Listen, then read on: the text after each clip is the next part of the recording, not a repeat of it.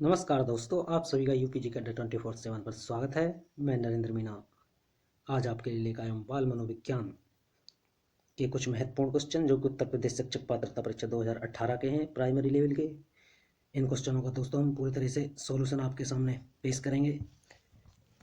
अगर दोस्तों आपको ये वीडियो पसंद आए तो प्लीज़ लाइक, शेयर और कमेंट करें, और हाँ, हमारे चैनल को सब्सक्राइब करना न भूलें। दोस्तों, हम बिना किसी देर के वीडियो को शुरू करने वाले हैं। तो दोस्तों, आप हमारे साथ बने रहिए, क्योंकि कोई भी प्रश्न आपकी ज़िंदगी को पलट सकता है, आपकी ज़िंदगी में खुशियाँ ला सकता है। तो दोस्तों, इसलिए सभी प्रश्नों को ध्यान से देखें और हमारे साथ वीडियो के लास्ट तक बने रहें। तो दोस्तों, हम बिना किसी देरी के वीडियो शुरू करते हैं। तो दोस्तों, पहला क्वेश्चन है, समावेशीकरण की सफलता के लिए आवश्यक है अभिभावकों की भागीदारी का न होना, अलगाव, क्षमता निर्माण का अभाव, संवेदनशीलता। तो दोस्तों, समावेशीकरण की सफलता के लिए यह आवश्यक होता है कि अभिभावकों की भागीदारी होनी चाहिए, जबकि विकल्प में कहा गया है कि अभिभावकों की भागीदारी न होना। तो ये विकल्प पूर्णतया गलत है। और दूसरा है अलगाव। दोस्तों, समावेशीकरण के लिए अलगाव की भावना नहीं होनी चाहिए, जबकि एकता की भावना होनी चाहिए, इसलिए ये क्वेश्चन भी गलत है। और तीसरा दोस्तों, क्षमता निर्माण का अभाव। दोस्तों, जब क्षमता निर्माण का अभाव होगा तो वहाँ समावेशीकरण सफल नहीं होगा, इसलिए ये विकल्प भी बिल्कुल गलत है। इसलिए दोस्तों, इस क्वेश्चन का विकल्प डी बिल्कुल सही है। हमें संवेदनशील होना जरूरी है, क्योंकि दोस्तों समावेशीकरण की सफलता के लिए संवेदनशीलता और अभिभावकों की भागीदारी, एकता तथा क्षमता, इन सब का होना बहुत जरूरी है। क्योंकि दोस्तों, समावेशीकरण में हम विशिष्ट बालक और सामान्य बालकों को एक साथ शिक्षा देने का प्रावधान करते हैं। दोस्तों, अब नेक्स्ट क्वेश्चन की ओर चलते हैं। निम्न में से कौन सा संवेग का तत्व नहीं है? दैहिक, संज्ञानात्मक, व्यवहारात्मक, संवेदी। तो दोस्तों, संवेग जो होते हैं वो हमारे शरीर से जुड़े हुए होते हैं, इसलिए दैहिक संवेग का तत्व है। और संज्ञानात्मक जो प्रवृत्ति होती है ये भी हमारी मूल प्रवृत्ति होती है, इसलिए ये भी इसका तत्व है। व्यवहारात्मक, दोस्तों हम आपस में जो व्यवहार करते हैं वे भी हमारे संवेगों से संबंधित है, तो इसलिए ये भी इसका तत्व है, जबकि संवेदी इसका तत्व नहीं है। तो इसलिए दोस्तों, इस क्वेश्चन का विकल्प डी बिल्कुल सही है। नेक्स्ट क्वेश्चन की ओर चलते हैं दोस्तों। नेक्स्ट क्वेश्चन है दोस्तों, अधोलिखित में गणित संबंधी अधिगम क्षमता का कौन सा पद परिभाषित करता है? तो दोस्तों, अधोलिखित में गणित संबंधी अधिगम क्षमता को कौन सा पद परिभाषित करेगा? पठन दोष, गणना दोष, निरस्ता संबंधी दोष। तो बताइए कौन सा करेगा, या उपरोक्त में से कोई नहीं। तो दोस्तों, पठन दोष गणित संबंधी क्षमता से संबंधित नहीं होता, और निरस्ता संबंधी दोष भी गणित संबंधी अधिगम क्षमता से संबंधित नहीं होता, इसलिए ये दोनों विकल्प बिल्कुल गलत हैं। जबकि विकल्प भी बिल्कुल सही है, क्योंकि गणना दोष गणित से संबंधित होता है, जो कि गणित संबंधी अधिगम क्षमता को परिभाषित करता है। दोस्तों, गणित में कुछ त्रुटियां होती हैं, जैसे गुणा, भाग, जोड़, घटाव आदि करने में हम क्या करते हैं, भूल जाते हैं। तो उसको पता है क्या कहते हैं दोस्तों? गणित संबंधी अक्षमता को हम क्या कहते हैं? डिस्कैलकुलिया। क्या कहते हैं दोस्तों? डिस्कैलकुलिया।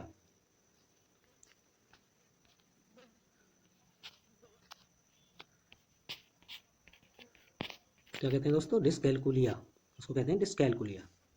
तो दोस्तों, इस प्रकार की अक्षमता वाले बच्चों में गणितीय संक्रियाओं को, चिन्हों को समझने में कठिनाई होती है, और उन्हें दिशा का ज्ञान भी नहीं होता, इसलिए दोस्तों इस क्वेश्चन का विकल्प बिल्कुल भी सही है। नेक्स्ट क्वेश्चन की ओर चलते हैं दोस्तों।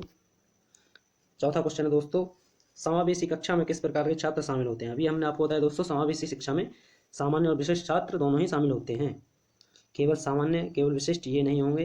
बहुभाषी और प्रतिभाशाली छात्र दोस्तों ये भी नहीं होंगे, इसलिए इसमें सामान्य और विशिष्ट छात्र दोनों शामिल होते हैं। इसलिए दोस्तों, इस क्वेश्चन का विकल्प ए बिल्कुल सही है। क्योंकि समावेशी शिक्षा में साधारण, योग्य, लिंग, प्रजाति, दिव्यांगता, चिंता स्तर, सामाजिक एवं आर्थिक स्तर और विभिन्न धर्मों के छात्रों को एक साथ शिक्षा दी जाती है। क्योंकि इसमें लिंग के आधार पर कोई भेद नहीं किया जा सकता, और कोई बच्चा दिव्यांग है तो उसके साथ ही भेदभाव नहीं किया जा सकता। आर्थिक स्तर का गरीब अमीर के आधार पर भी भेद नहीं किया जा सकता, क्योंकि समावेशी शिक्षा का मूल उद्देश्य यह है कि सामान्य और विशिष्ट छात्रों को एक साथ शिक्षा दी जाए, इसलिए इस क्वेश्चन विकल्प ए बिल्कुल सही है। नेक्स्ट क्वेश्चन की ओर चलते हैं दोस्तों। किसी भी नई भाषा को सीखने के लिए कहाँ से प्रारंभ किया जाना चाहिए? वाक्यों के निर्माण से, शब्दों के निर्माण से, अक्षर और शब्दों के मध्य साहचर्य से, उपरोक्त में से कोई नहीं। तो दोस्तों, हम बता दें, वाक्यों का निर्माण बाद में होता है, शब्दों का निर्माण भी बाद में होगा। सबसे पहले क्या होगा दोस्तों? अक्षरों की हम पहचान करेंगे, उनका ज्ञान होगा, तब अक्षरों से मिलाकर हम शब्द बनाएंगे। तो इसलिए दोस्तों इस क्वेश्चन का विकल्प सी बिल्कुल सही है, क्योंकि अक्षरों और शब्दों के मध्य जब सहचार्य का संबंध होगा तभी हम शब्दों का निर्माण करेंगे और शब्दों से ही हम वाक्यों का निर्माण करते हैं। इसलिए दोस्तों ये दोनों विकल्प बिल्कुल गलत हैं। इस क्वेश्चन का विकल्प सी बिल्कुल सही है, क्योंकि दोस्तों अक्षरों और शब्दों के मध्य सहचार्य से किसी भी नई भाषा को सीखना प्रारंभ करने के लिए सबसे पहले हमें भाषा का ज्ञान होना जरूरी है और उसके अक्षरों का ज्ञान होना भी बहुत जरूरी है, और शुद्ध वाक्य बनाने का प्रयोग करने का ज्ञान भी जरूरी है। इसलिए दोस्तों इस क्वेश्चन का विकल्प सी बिल्कुल सही है। नेक्स्ट क्वेश्चन को चलते हैं दोस्तों। कोहलर यह सिद्ध करना चाहता था कि सीखना स्वायत्त यादृच्छिक क्रिया है या संज्ञानात्मक संक्रिया है, या एक ऐसी स्थिति है जिसमें व्यक्ति पशु से श्रेष्ठ है, या परिस्थिति के विभिन्न अंगों का प्रत्यक्षीकरण है। बताइए दोस्तों। तो दोस्तों हम आपको बता दें, कोहलर के अनुसार सीखना एक संज्ञानात्मक संकार्य है, क्योंकि दोस्तों कोहलर ने सर्वप्रथम एक प्रयोग किया था एक सुल्तान नामक चिंपैंजी पर, और उन्होंने अंतर्दृष्टि और सूझ के अधिगम का सिद्धांत दिया, जो इसमें बहुत महत्वपूर्ण स्थान रखता है। उसके अनुसार दोस्तों संज्ञानात्मक संकार्य ही सीखना है। तो इसलिए दोस्तों इस क्वेश्चन का विकल्प भी बिल्कुल सही है। नेक्स्ट क्वेश्चन को चलते हैं दोस्तों। निम्न में से कौन सी अधिगम की एक विशेषता नहीं है? अधिगम व्यवहार में अपेक्षाकृत स्थायी परिवर्तन है, अधिगम प्राणी की अभिवृद्धि है, अधिगम का अवलोकन प्रत्यक्ष रूप से किया जा सकता है, अधिगम एक लक्ष्य उन्मुख प्रक्रिया है। तो दोस्तों हम आपको बता दें, अधिगम में व्यवहार में अपेक्षाकृत स्थायी परिवर्तन यह अधिगम की विशेषता है, अधिगम प्राणी की अभिवृद्धि है, यह भी विशेषता है, अधिगम का अवलोकन प्रत्यक्ष रूप से किया जा सकता है, बिल्कुल नहीं किया जा सकता, अधिगम एक लक्ष्य उन्मुख प्रक्रिया, ये भी बिल्कुल सही है। तो दोस्तों इस क्वेश्चन में विकल्प सी बिल्कुल सही है, क्योंकि अधिगम का अवलोकन प्रत्यक्ष रूप से हम नहीं कर सकते। तो दोस्तों इसलिए इस क्वेश्चन में विकल्प सी बिल्कुल सही है। नेक्स्ट क्वेश्चन को चलते हैं दोस्तों। क्रिया प्रसूत अनुबंधन का दूसरा नाम क्या है? नैमित्तिक अनुबंधन, प्राचीन अनुबंधन, समीपस्थ अनुबंधन, चिंतन और चिन्ह अनुबंधन। बताइए दोस्तों क्रिया प्रसूत अनुबंधन का दूसरा नाम क्या है? दोस्तों हम आपको बता दें, क्रिया प्रसूत अनुबंधन का जो सिद्धांत दिया था, क्रिया प्रसूत अनुबंधन का सिद्धांत किसने दिया था? वीएफ स्किनर ने। किसने दिया था दोस्तों? वीएफ स्किनर ने दिया था। क्रिया प्रसूत अनुबंधन का जो सिद्धांत दिया था वीएफ स्किनर ने दिया था। और दोस्तों इस अनुबंधन के जो नाम हैं हम आपको बता देते हैं। इसको नैमित्तिक अनुबंधन के नाम से जाना जाता है, और इसको अन्य नाम से भी जाना जाता है, यांत्रिक अनुबंधन के नाम से भी दोस्तों, यांत्रिक अनुबंधन, और दूसरा साधनात्मक अनुबंध भी इसको कहा जाता है। क्या कहा जाता है दूसरा दोस्तों? साधनात्मक अनुबंधन भी इसको कहा जाता है। ये दो अन्य नाम भी हैं क्रिया प्रसूत अनुबंधन के, जो कि वीएफ स्किनर द्वारा दिया गया। और नेक्स्ट क्वेश्चन और चलते हैं दोस्तों। अनुकूलित अनुक्रिया सिद्धांत किसके अनुकूलन पर बल देता है? व्यवहार, चिंतन, तर्क, अभिप्रेरणा। बताइए दोस्तों अनुकूलित अनुक्रिया सिद्धांत किसके अनुकूलन पर बल देगा? व्यवहार के पर, चिंता के पर, चिंतन के पर, तर्क के पर, अभिप्रेरणा के पर। दोस्तों हम आपको बता दें, अनुकूलित अनुक्रिया सिद्धांत व्यवहार के अनुकूलन पर बल देता है। दोस्तों किस पर बल देता है? व्यवहार के अनुकूलन पर। इसलिए इस क्वेश्चन का विकल्प ए बिल्कुल सही है, क्योंकि दोस्तों अनुकूलित अनुक्रिया का सिद्धांत किसने दिया था? ये दिया था इवान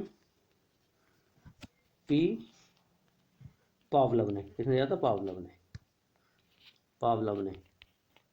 ये सिद्धांत किसने दिया था दोस्तों? अनुकूलित अनुक्रिया का सिद्धांत इवान पी पावलोव ने। और दोस्तों इन्होंने अपना प्रयोग किस पे किया था? एक कुत्ते पर किया था। किस पर किया दोस्तों? इन्होंने प्रयोग कुत्ते पर अपना एक प्रयोग किया था। किसने? वीएफ स्किनर ने, इवान पी पावलोव ने। दोस्तों इसलिए इस क्वेश्चन में विकल्प ए बिल्कुल सही है, क्योंकि अनुकूल अनुक्रिया के सिद्धांत व्यवहार के अनुकूलन पर बल देता है, न कि चिंतन के पे, तर्क के पे, अभिप्रेरणा के पे। नेक्स्ट क्वेश्चन को चलते हैं दोस्तों। निम्न में से कौन सा थॉर्नडाइक के अधिगम के प्राथमिक नियमों में शामिल नहीं है? तो दोस्तों हम आपको बता दें, जो थॉर्नडाइक के अधिगम के प्राथमिक नियम थे वो कौन कौन से दोस्तों? पहला नियम था अभ्यास का नियम, दूसरा प्रभाव का नियम, तीसरा था तत्परता का। तो दोस्तों ये तीनों नियम अधिगम के प्राथमिक नियम है। जबकि साहचर्यात्मक हस्तांतरण का नियम उनका कैसा नियम था दोस्तों? गॉड नियम था। ये एक गॉड नियम था। इसके अलावा इन्होंने और भी गौण नियम दिए थे। जिनको हम आपको बता दें दोस्तों कौन कौन से गौड़ नियम दिए थे। एक तो यही दिया था सहचारी स्थानांतरण का गौड़ नियम, और दूसरा दिया था दोस्तों सादृश्यता। किसका दोस्तों? सादृश्यता का, सादृश्यता का गौड़ नियम। और दोस्तों तीसरा दिया था मनोवृत्ति का। किसका? मनोवृत्ति का, मनोवृत्ति का दिया था। और एक और दिया था दोस्तों बहु अनुक्रिया का। किसका दोस्तों? बहु अनुक्रिया, बहु अनुक्रिया का नियम दिया था दोस्तों। थार्नडाइक ने अधिगम के प्राथमिक नियमों के अलावा ये गौड़ नियम भी दिए थे। सहचार्यात्मक स्थानांतरण का नियम, मनोवृत्ति का गौड़ नियम दोस्तों, सादृश्यता का गौड़ नियम, बहु अनुक्रिया का गौड़ नियम। अब दोस्तों नेक्स्ट क्वेश्चन की ओर चलते हैं। सीखने के वक्र अभ्यास द्वारा सीखने की मात्रा, गति और प्रगति की सीमा को ग्राफ पर प्रदर्शित करते हैं। ये किसने कहा था दोस्तों? कि सीखने के वक्र अभ्यास द्वारा सीखने की गति, मात्रा और प्रगति की सीमा को ग्राफ पर प्रदर्शित करते हैं। दोस्तों ये कहा था एबिंगहॉस महोदय ने। नेक्स्ट क्वेश्चन की ओर चलते हैं दोस्तों। पश्च अन्वेषण तथा साधन साक्ष्य विश्लेषण निम्न में से किसके उदाहरण हैं? बताइए दोस्तों, पश्च अन्वेषण तथा साधन साक्ष्य विश्लेषण निम्न में से किसके उदाहरण है? एल्गोरिदम के, मानसिक वृत्ति के, स्वैत शोध के या प्रक्रियात्मक स्थिरता के? हम आपको बता दें दोस्तों पश्च अन्वेषण तथा साधन साक्ष्य विश्लेषण, इसमें जो उदाहरण है वह है दोस्तों एल्गोरिदम के। किसके दोस्तों? एल्गोरिदम के नहीं दोस्तों, पश्च अन्वेषण तथा साधन साक्ष्य विश्लेषण निम्न में से किसके उदाहरण है? तो दोस्तों ये है स्वैत शोध के। किसके दोस्तों? स्वैत शोध के उदाहरण है। क्योंकि दोस्तों स्वैत शोध विधि में व्यक्ति क्या करता है दोस्तों? समस्या का समाधान करने के लिए सभी विकल्पों पर विचार करता है, सभी विकल्पों पर विचार करता है, लेकिन केवल उन्हीं विकल्पों की तलाश उसे होती है जो उसे सही प्रतीत हो, मतलब संगत प्रतीत हो। तो दोस्तों पश्च अन्वेषण में साधन साक्ष्य विश्लेषण का पूरी तरह अध्ययन किया जाता है। इसलिए दोस्तों इस क्वेश्चन का विकल्प सी बिल्कुल सही है। नेक्स्ट क्वेश्चन की ओर चलते हैं दोस्तों। निम्न में से सामाजिक मूल्य कौन सा है? प्राथमिक लक्ष्य, मूल प्रवृत्ति, सहायतापरक व्यवहार, आक्रामकता की आवश्यकता। तो दोस्तों सामाजिक मूल्य के जो तत्व होते हैं उसमें प्राथमिक लक्ष्य नहीं होता, मूल प्रवृत्ति भी इसका कोई स्थान नहीं होता, आक्रामकता की कोई आवश्यकता नहीं होती, जबकि सहायतापरक व्यवहार की महत्वपूर्ण स्थान होता है सामाजिक मूल्यों में। क्योंकि दोस्तों सहायतापरक व्यवहार के अंतर्गत हम क्या करते हैं? दान देते हैं और कुछ लोगों की सेवा करते हैं, रहने के लिए निवास स्थान देते हैं और मतलब सामाजिक कार्य करते हैं। तो वे दोस्तों किस में आएंगे? सामाजिक मूल्य के अंतर्गत आएंगे। और दोस्तों इसके अलावा भी कुछ सांस्कृतिक मूल्य होते हैं जिनमें परंपरा, लोक कला, रीति रिवाज, धार्मिक क्रियाएं, गायन, नृत्य, ये सभी कैसे मूल्य हैं दोस्तों? ये सांस्कृतिक मूल्य हैं। जबकि दान, सेवा, निवास, इन सभी की सहूलियत देना कैसे मूल्य हैं दोस्तों? ये हैं सामाजिक मूल्य। नेक्स्ट क्वेश्चन की ओर चलते हैं दोस्तों। निम्न में से अधिगम में योगदान देने वाले मनोवैज्ञानिक कारकों में कौन सा शामिल नहीं है? बताइए दोस्तों। प्रेरणा, रुचि, अधिगम की इच्छा, विषय वस्तु का स्वरूप। तो दोस्तों हम बता दें आपको निम्न में से अधिगम में योगदान देने वाले मनोवैज्ञानिक कारकों में कौन सा शामिल नहीं है? तो दोस्तों प्रेरणा बिल्कुल शामिल है, रुचि बिल्कुल शामिल है और अधिगम की इच्छा बिल्कुल शामिल है, जबकि विषय वस्तु का स्वरूप शामिल नहीं होता मनोवैज्ञानिक कारकों में। इसलिए दोस्तों इस क्वेश्चन का विकल्प डी बिल्कुल सही है। क्योंकि दोस्तों हम आपको बता दें विषय वस्तु का स्वरूप जो होता है ये मनोवैज्ञानिक कारकों में शामिल नहीं होता, जबकि पूर्व में किया गया अधिगम शारीरिक स्वास्थ्य और परिपक्वता, मानसिक स्वास्थ्य, अधिगम की इच्छा, अभिप्रेरणा, थकान और वातावरण और सीखने की जो विधि हैं ये सभी क्या करती हैं दोस्तों? अधिगम को प्रभावित करती हैं। इसलिए ये अधिगम को प्रभावित करने वाले कारकों में आते हैं। कौन कौन दोस्तों? थकान, वातावरण, अभिप्रेरणा, अधिगम की इच्छा, स्वास्थ्य, मानसिक स्वास्थ्य, परिपक्वता, ये सभी अधिगम को प्रभावित करने वाले कारक हैं। नेक्स्ट क्वेश्चन की ओर चलते हैं दोस्तों। पियाजे के अनुसार संज्ञानात्मक विकास की तृतीय अवस्था निम्न में से कौन सी है? तो दोस्तों पियाजे महोदय के अनुसार संज्ञानात्मक विकास की तृतीय अवस्था कौन सी है? ये क्वेश्चन दोस्तों बहुत ज्यादा रिपीट होता है, इस क्वेश्चन को ध्यान से देखिए। तो दोस्तों पियाजे के अनुसार बौद्धिक विकास की 4 अवस्थाएं बताई गई थी। तो दोस्तों कौन कौन सी बताई गई थी? पूर्व संक्रियात्मक, मूर्त संक्रियात्मक,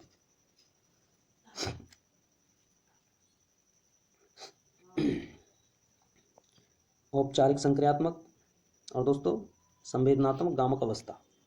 दोस्तों तो इसमें जो तीसरी अवस्था है तो सबसे पहले दोस्तों कौन सी आएगी, पहले नंबर पे संवेदनात्मक गामक अवस्था आती है, ठीक है दोस्तों। और दूसरे नंबर पर जो आएगी पूर्व संक्रियात्मक अवस्था आती है, और दोस्तों तीसरे नंबर पर जो आएगी वो मूर्त संक्रियात्मक अवस्था आती है, जबकि चौथे नंबर पर आएगी तुम्हारी औपचारिक संक्रियात्मक अवस्था। तो दोस्तों इसलिए इस क्वेश्चन का जो विकल्प बी है वो बिल्कुल सही है, क्योंकि मूर्त संक्रियात्मक अवस्था तीसरे नंबर की अवस्था है। नेक्स्ट क्वेश्चन की ओर चलते हैं दोस्तों। गिरोह अवस्था किस आयु वर्ग एवं विलंब विकास से संबंधित है? 3 से 6 वर्ष एवं भाषा, 8 से 10 वर्ष एवं सामाजिकरण, 16 से 19 वर्ष एवं नैतिकता, 16 से 19 वर्ष एवं संज्ञानात्मक। बताइए दोस्तों गृह अवस्था किस आयु वर्ग एवं विलंब विकास से संबंधित है?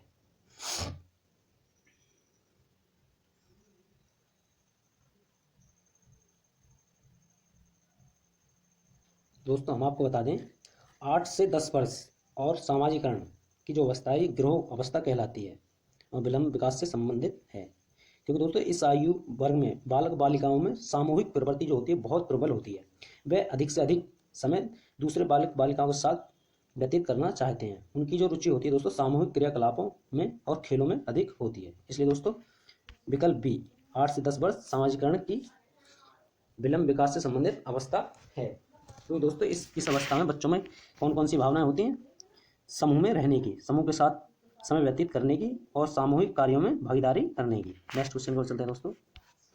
थार्नडाइक ने अपने सिद्धांत किस चीज से सिद्ध किया? अधिगम के प्रयास एवं भूल, संकेत अधिगम, संज्ञानात्मक अधिगम, स्थान अधिगम। बताइए दोस्तों थार्नडाइक ने अपने सिद्धांत को किस चीज से सिद्ध किया?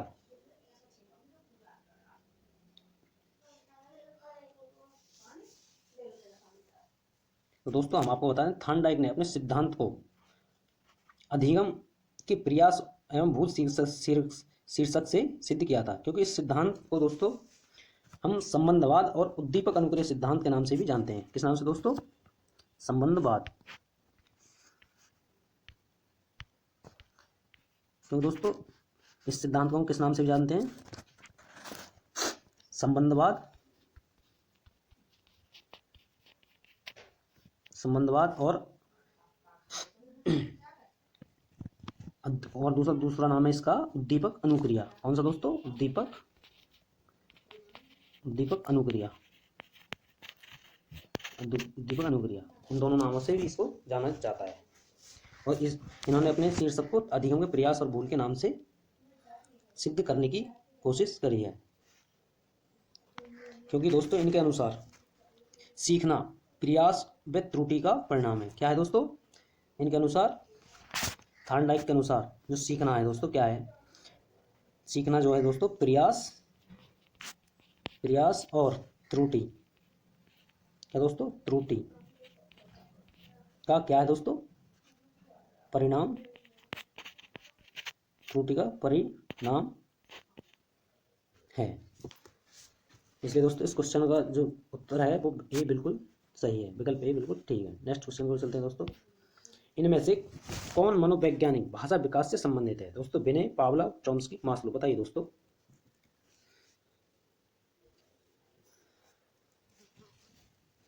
दोस्तों हम आपको बता दें निम्न में से जो भाषा विकास से संबंधित मनोवैज्ञानिक है वे हैं चॉम्स्की महोदय, क्योंकि यह है दोस्तों एक वैज्ञानिक भी थे, दार्शनिक भी थे और राजनीतिक एक्टिविस्ट भी माने जाते हैं। और दोस्तों इसके अलावा ये लेखक भी थे।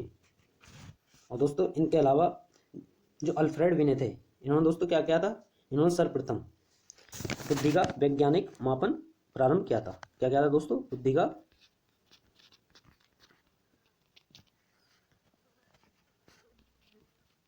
वैज्ञानिक मापन किया था। किसने? अल्फ्रेड विने ने। और दोस्तों जो पावलोव थे इन्होंने क्या दिया था? इन्होंने दोस्तों शास्त्रीय अनुबंधन का सिद्धांत दिया था। क्या दोस्तों? शास्त्रीय अनुबंधन का सिद्धांत दिया था। इसलिए दोस्तों चॉम्स्की जो थे ये भाषा विकास से संबंधित थे, जो कि दार्शनिक भी थे, लेखक भी थे और एक राजनीतिक एक्टिविस्ट थे। तो दोस्तों नेक्स्ट क्वेश्चन की ओर चलते हैं। निम्न में से कौन सी बाद की बाल्यावस्था के बौद्धिक विकास की विशेषता नहीं है? विज्ञान की काल्पनिक कथाओं में अधिक रुचि, बढ़ती हुई तार्किक शक्ति, भविष्य की योजनाएं सूझबूझ, काल्पनिक भय का अंत। बताइए दोस्तों इनमें से कौन सी बात की बाल्यावस्था के बौद्धिक विकास की विशेषता नहीं है? तो दोस्तों हम आपको बता दें, विज्ञान की काल्पनिक कथाओं में अधिक रुचि, ये बाल्यावस्था के बौद्धिक विकास की विशेषता है। बढ़ती हुई तार्किक शक्ति, ये भी है। और दोस्तों काल्पनिक भयों से अंत, ये भी है। जबकि भविष्य की योजना की सूझबूझ, ये बाल्यावस्था से संबंधित नहीं है।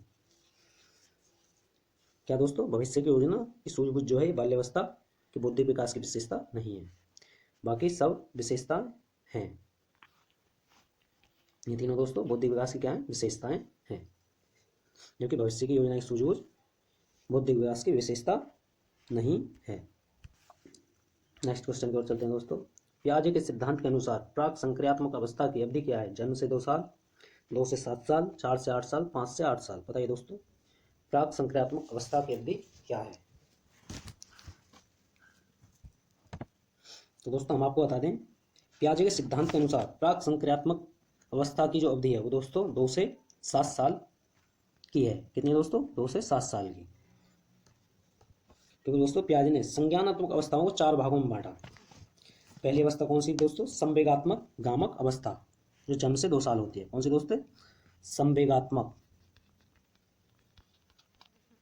संवेगात्मक अवस्था। और दोस्तों दूसरी कौन सी है? पूर्व संक्रियात्मक अवस्था, जो दोस्तों 2 से 7 साल है। पूर्व संक्रियात्मक। और दोस्तों तीसरी कौन सी है? औपचारिक। वो तीसरी दोस्तों मूर्त संक्रियात्मक, जो कि दोस्तों कितने से? 7 से 12 तक है। कौन सी दोस्तों? मूर्त संक्रियात्मक।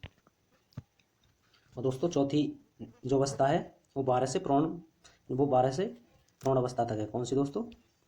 प्रौढ़ अवस्था तक है। कौन सी दोस्तों?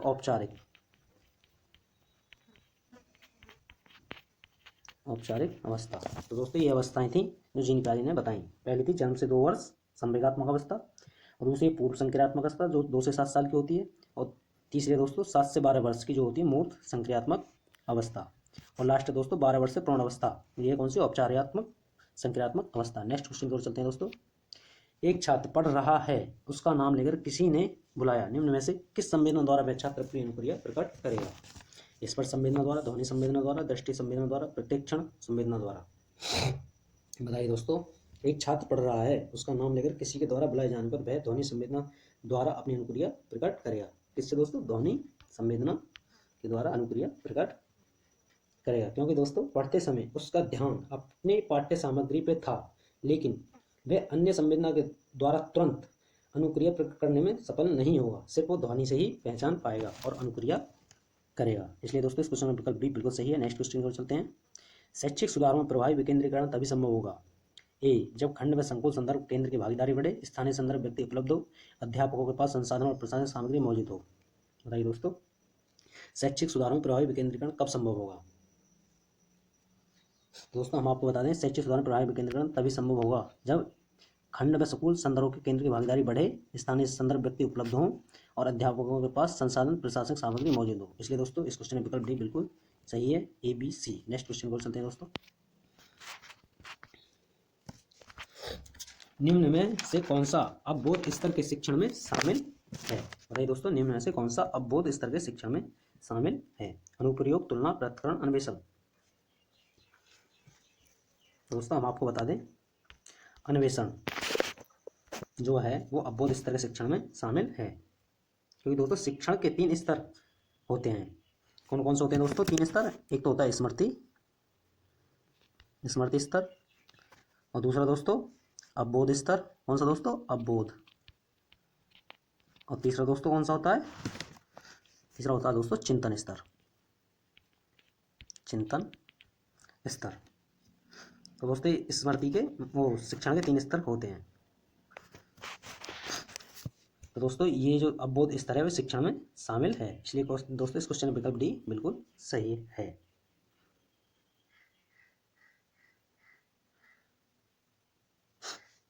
नेक्स्ट क्वेश्चन पर चलते हैं दोस्तों।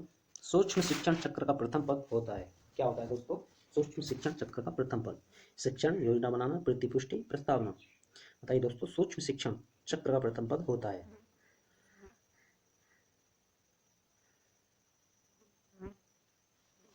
तो दोस्तों इस क्वेश्चन के अनुसार हम आपको बता दें सूक्ष्म शिक्षण चक्र का जो प्रथम पद है वह है दोस्तों योजना बनाना। और दोस्तों हम आपको बता दें किसी भी सूक्ष्म शिक्षण के लिए सबसे पहले हमें कौन कौन से पद बनाने पड़ेंगे दोस्तों। पहला होगा योजना बनाना, दूसरा होगा शिक्षण, दोस्तों तीसरा होगा प्रतिपुष्टि, और फिर दोस्तों इसके बाद प्रतिपुष्टि के बाद क्या होगा दोस्तों पुनः क्या बनाएंगे हम पाठ्य योजना। फिर दोबारा से हम दोस्तों पाठ्य योजना बनाएंगे। फिर उसके बाद दोबारा ये चक्र चलेगा दोस्तों। फिर पुनः शिक्षण होगा। क्या होगा दोस्तों इसके बाद दोस्तों पुनः शिक्षण होगा, पुनः शिक्षण होगा। और दोस्तों पुनः शिक्षण के बाद फिर क्या होगा पुनः प्रतिपुष्टि। क्या होगी दोस्तों इसके बाद पुनः प्रतिपुष्टि, प्रतिपुष्टि।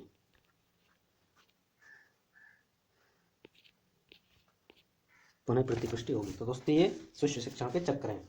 सबसे पहले क्या होगा दोस्तों योजना बनाई जाएगी, फिर शिक्षण किया जाएगा, फिर उसकी प्रतिपुष्टि दी जाएगी, उसके बाद दोबारा से पुनः पाठ्य योजना बनाई जाएगी, फिर पुनः शिक्षण किया जाएगा, फिर पुनः प्रतिपुष्टि दी जाएगी। ये शिक्षण चक्र बन जाता है एक तरीका से दोस्तों। नेक्स्ट क्वेश्चन पर चलते हैं दोस्तों। निम्न में से कौन सा शिक्षण का सूत्र नहीं है। ए अनिश्चित से निश्चित की ओर, दृश्य से अदृश्य की ओर, सरल से कठिन की ओर, निगमन से आगमन की ओर। बताइए दोस्तों निम्न में से कौन सा शिक्षण का सूत्र नहीं है। तो दोस्तों हम आपको बताएं निगमन से आगमन की ओर शिक्षण का सूत्र बिल्कुल नहीं है, क्योंकि दोस्तों शिक्षण के कुछ सूत्र दिए गए हैं। कौन कौन से दोस्तों अनिश्चित से निश्चित की ओर, दृश्य से अदृश्य की ओर, सरल से कठिन की ओर। ये सूत्र दोस्तों शिक्षण के सूत्र हैं। इनके अलावा भी कुछ सूत्र हैं दोस्तों। प्रत्यक्ष से अप्रत्यक्ष की ओर, प्रत्यक्ष से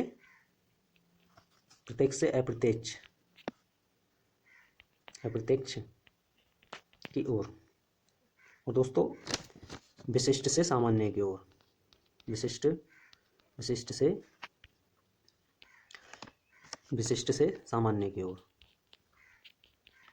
विशिष्ट से सामान्य। और दोस्तों विश्लेषण से संश्लेषण। क्या दोस्तों विश्लेषण से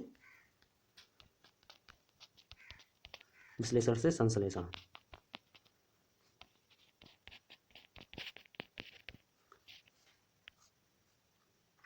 और दोस्तों इसके अलावा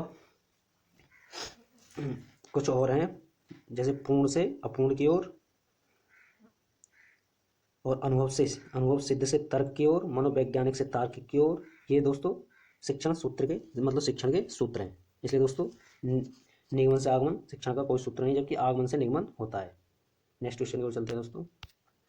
कौशलों के स्थानांतरण के लिए कौन सा उपयोगी है। रेखीय, शास्त्रीय, अभिक्रमित कौशल अंतरण, एक गति है न कि उद्देश्य, तैयारी और सृजन। तो दोस्तों हम आपको बता दें कौशलों के स्थानांतरण के लिए कौन सा उपयोग है। रेखीय अभिक्रम या शास्त्रीय अभिक्रम,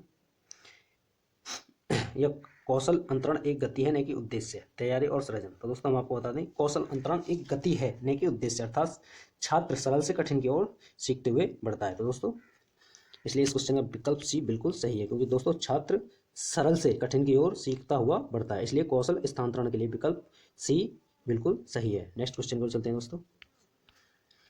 अग्रिम व्यवस्थापक प्रतिमान किस परिवार से संबंधित है। अग्रिम व्यवस्थापक प्रतिमान किस परिवार से संबंधित है। सामाजिक अंतक्रिया, सूचना प्रक्रियाकरण, व्यक्तिक व्यवहार परिमार्जन। हम आपको बताएं दोस्तों अग्रिम व्यवस्थापक का प्रतिमान सूचना प्रक्रियाकरण परिवार से संबंधित है। किससे दोस्तों, सूचना प्रक्रियाकरण परिवार से संबंधित है। जबकि दोस्तों सामाजिक अंतक्रिया, व्यक्तिक और व्यवहार परिमार्जन अग्रिम व्यवस्थापक प्रतिमान से संबंधित नहीं है। तो दोस्तों इसलिए अग्रिम व्यवस्थापक प्रतिमान किस परिवार से संबंधित है, सूचना और प्रक्रियाकरण से। किससे दोस्तों, सूचना और प्रक्रियाकरण परिवार से संबंधित है। नेक्स्ट क्वेश्चन को चलते हैं दोस्तों। अभिप्रेरणा का प्रत्याशा सिद्धांत किसके द्वारा दिया गया। मास्लो द्वारा, स्किनर द्वारा, विक्टर ब्लूम द्वारा, हर्ज़बर्ग द्वारा। तो दोस्तों हम आपको बता दें जो अभिप्रेरणा का प्रत्याशा सिद्धांत दिया गया है ये विक्टर ब्लूम द्वारा दिया गया है। और दोस्तों मास्लो महोदय ने जो दिया था, ये दिया था पदानुक्रम का सिद्धांत। कौन सा दोस्तों, पदानुक्रम का सिद्धांत दिया था। पदानुक्रम, मास्लो महोदय ने पदानुक्रम का सिद्धांत दिया था। जबकि हजबर्ग ने क्या दिया था दोस्तों? अभिप्रेरणा का दोहरा कारक सिद्धांत। दोहरा कारक सिद्धांत किसका दोस्तों? अभिप्रेरणा का दोहरा कारक सिद्धांत किसने दिया था? हजबर्ग महोदय ने दिया था। और दोस्तों और B.F. स्किनर को आप जानते हैं, इन्होंने क्या दिया था? सक्रिय अनुबंधन का सिद्धांत दिया था। इन्होंने किसका दिया था दोस्तों? सक्रिय अनुबंधन का इन्होंने सिद्धांत दिया था। दोस्तों नेक्स्ट क्वेश्चन को चलते हैं। निम्न में से कौन सा अच्छे शिक्षण की विशेषता नहीं है? जनतांत्रिक, सहानुभूतिपूर्ण, स्वेच्छाचारी, वांछनीय सूचना देने वाला। दोस्तों हम आपको बता दें एक अच्छे शिक्षण की विशेषताएं कौन कौन सी होती हैं। सर्वप्रथम जनतांत्रिक होना चाहिए, सहानुभूतिपूर्ण होना चाहिए, और दोस्तों वांछनीय सूचना देने वाला भी होना चाहिए शिक्षण, जिससे हमें जानकारी प्राप्त हो। स्वेच्छाचारी हो ये जरूरी नहीं होता, इसलिए इस क्वेश्चन विकल्प सी बिल्कुल सही है। क्योंकि दोस्तों एक अच्छे शिक्षण के लिए जनतांत्रिक, सहानुभूति और वांछनीय सूचना देने वाला व्यवहार होना जरूरी है। नेक्स्ट क्वेश्चन को चलते हैं दोस्तों। संज्ञानात्मक क्षेत्र का सही क्रम है मूल्यांकन, अनुप्रयोग, विश्लेषण, संश्लेषण, अवबोध, ज्ञान। या विकल्प बी मूल्यांकन, संश्लेषण, विश्लेषण, अनुप्रयोग, अवबोध, ज्ञान। या विकल्प सी ज्ञान, अनुप्रयोग, अवबोध, विश्लेषण, संश्लेषण, मूल्यांकन। विकल्प डी ज्ञान, अवबोध, अनुप्रयोग, विश्लेषण, संश्लेषण, मूल्यांकन। बताइए दोस्तों संज्ञानात्मक क्षेत्र का सही क्रम क्या है? तो दोस्तों हम आपको बताएंगे संज्ञानात्मक, अवबोधन, अनुप्रयोग, विश्लेषण, मूल्यांकन संज्ञानात्मक क्षेत्र का सही क्रम है।